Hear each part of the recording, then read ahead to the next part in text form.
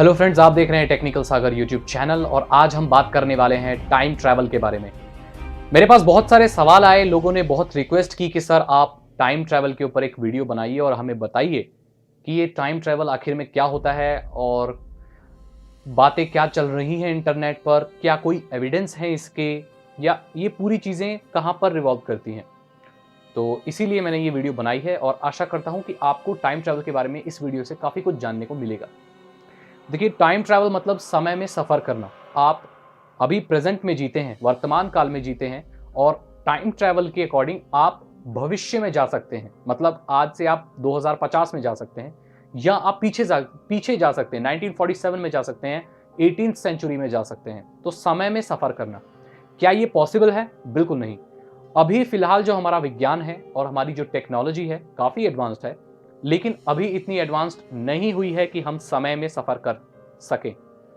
लेकिन कई चीज़ें ऐसी सामने आई हैं जो इस चीज़ को उजागर करती हैं कि कुछ लोग हैं जो समय में सफ़र कर सकते हैं। ये मैं नहीं कह रहा हूँ, ये दुनिया भर के लोग कहते हैं, कुछ विशेषज्ञ भी कहते हैं और कुछ जो इसी चीज़ के ऊपर रिसर्च कर रहे हैं वो यहाँ तक बताते हैं कि वो ऐसे एक्सपेरिमेंट्स में शामिल भी हो चुके हैं और भविष्य काल में जा चुके हैं और भूतकाल में भी जा चुके हैं। ऐसी ही चीजें मैं आज आपके सामने रखने वाला हूं।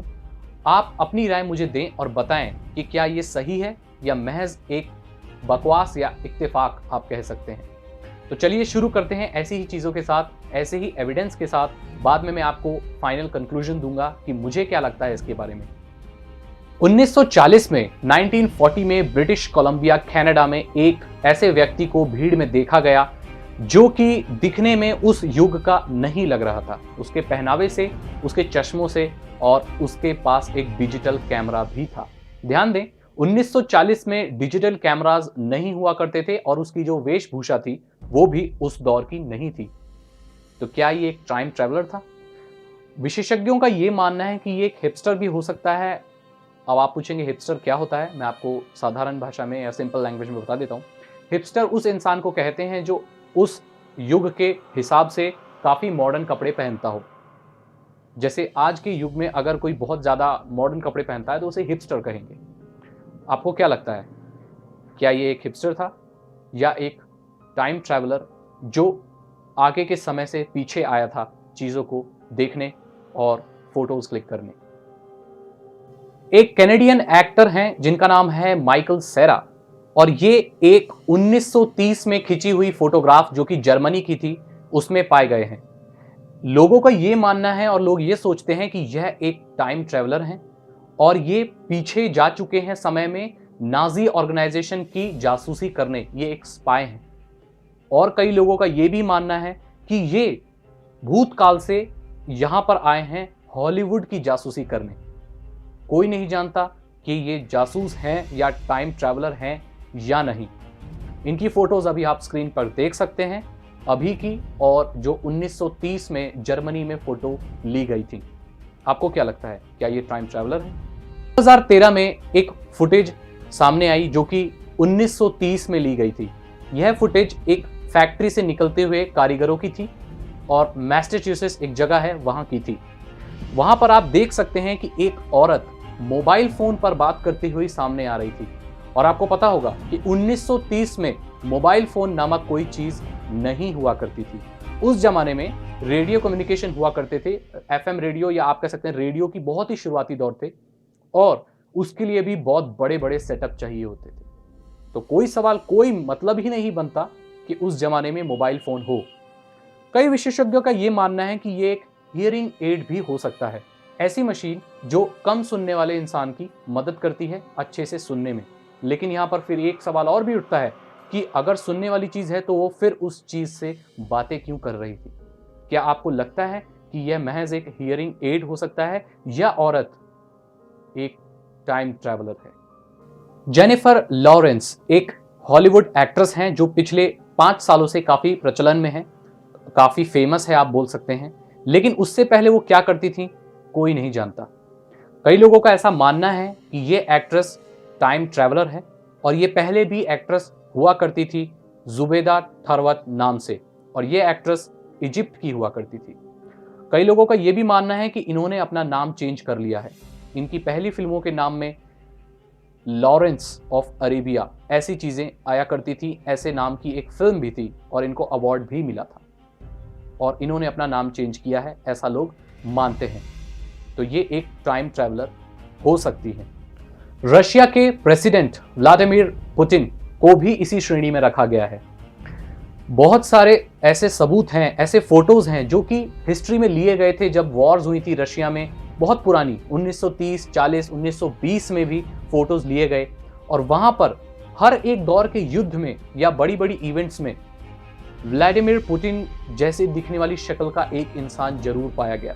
बहुत लोगों का यह मानना है कि व्लादिमीर पुतिन एक इंसान नहीं है, वह एक पिशाच या वैम्पायर है और वो कभी मर नहीं सकते, वह अमर है। कई लोग इसको टाइम ट्रैवल के साथ भी जोड़ते हैं कि व्लादिमीर पुतिन एक टाइम ट्रैवलर हैं और वो समय में सफर कर सकते हैं। उन्होंने रशिया की हिस्ट्री में जाकर, भूतकाल में जाकर रशिया की युद्ध में और ऐसी बड़ी बड़ी इवेंट्स में मदद की है। आपको क्या लगता है, क्या ये टाइम ट्रैवलर हो सकते हैं? एंड्रियो बसियागो एक लॉयर हैं और उनका कहना है कि वह एक सरकारी एक्सपेरिमेंट में शामिल थे जिसका नाम था प्रोजेक्ट पेगासस। ये प्रोजेक्ट टाइम ट्रैवलिंग के ऊपर था, मतलब समय में सफर करने के ऊपर था और सरकार ने ये सबसे छुपा के रखा हुआ है। तो उनका ये कहना है कि वह पीछे भूतकाल में जा चुके हैं, 1863 में जा चुके हैं जब अब्राहम लिंकन ने अपना भाषण दिया था और उनका यह भी मानना है कि वो उस फोर्ड थिएटर में भी शामिल थे, वहां पर वह थे जब अब्राहम लिंकन को मारा गया था, जब उनकी हत्या हुई थी। उन्होंने सबूत के तौर पर एक फोटोग्राफ दिखाया जहां पर एक बच्चा है, खड़ा हुआ है और उनका मानना यह है कि वह बच्चा वही थे और वो पीछे भूतकाल में होकर आए हैं।